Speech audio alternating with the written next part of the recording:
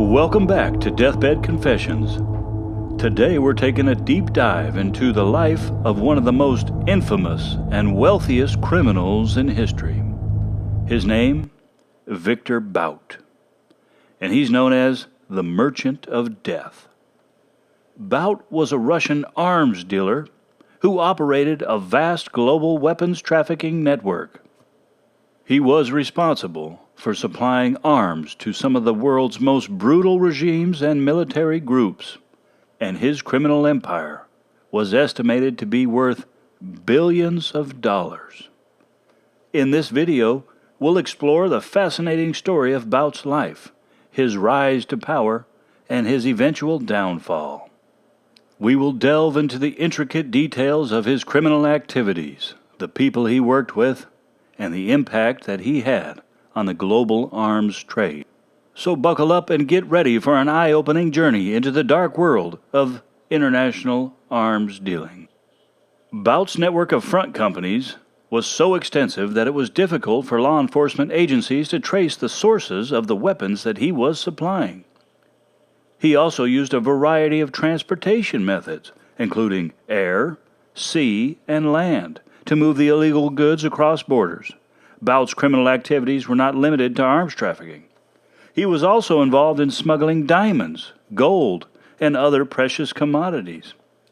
Despite his illegal activities, Bout was able to maintain a low profile and avoid detection for many years. Thanks to his extensive network of contacts and his high intelligence, he was able to stay one step ahead of law enforcement.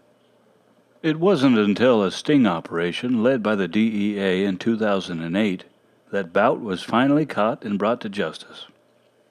The operation involved an undercover agent posing as a representative of the Revolutionary Armed Forces of Colombia, also known as FARC, which is designated as a terrorist organization. Bout was caught on tape agreeing to supply the FARC with weapons, and he was then arrested in Thailand.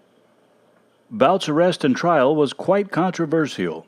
He had many supporters, and they claimed that he was a victim of political persecution, and that his trial was a violation of his human rights. They argued that the U.S. government had unfairly targeted him and that he was simply a legitimate businessman.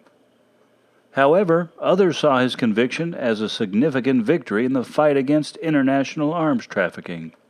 The case against Bout was seen as a test case for international justice, and it highlighted the need for greater cooperation between law enforcement agencies around the world.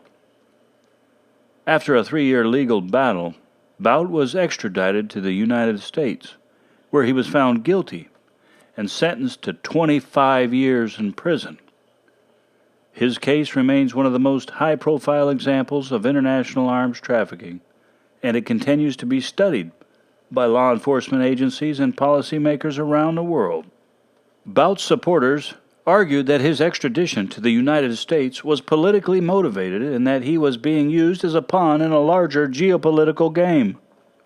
They claimed that Bout was a legitimate businessman who had been unfairly targeted by the U.S. government because of his connections to Russia. However, others saw Bout's conviction as a significant victory in the fight against international arms trafficking, and they argued that Bout was a dangerous criminal who supplied weapons to some of the most brutal regimes and military groups. They also pointed out that his network had been responsible for the deaths of countless innocent people. Viktor Bout. Who's Viktor Bout?